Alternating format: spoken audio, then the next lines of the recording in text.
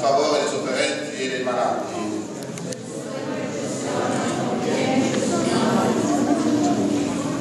La piena delusione al volontà di Dio, in vita e in morte, e assistici col dono della perseveranza, gloria al Padre, al Figlio e allo Spirito Santo. Protettore glorioso, questi santi a cui procede, finché ora è riposo, con la morte procederà insieme dalla peste e peccato. Questo popolo devoto,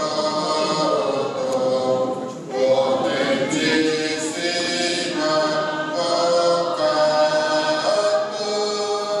in fede obbedierà.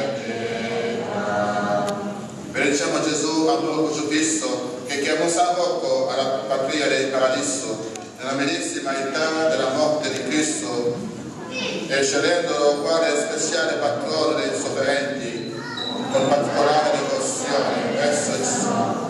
Ti chiediamo, Signore, di proteggerci da ogni tipo di peste dei nostri giorni, quale il peccato dell'indifferenza E fonti dei bisognosi e degli ultimi, la ricerca frenetica del piacere dei sensi, fino a tradire le leggi di Dio, e rendici ascoltatore umile della parola di vita, che viene a noi nel Vangelo di Gesù, nel sacramento efficaci della Chiesa. Gloria al Padre, al Figlio e allo Spirito Santo. I peccati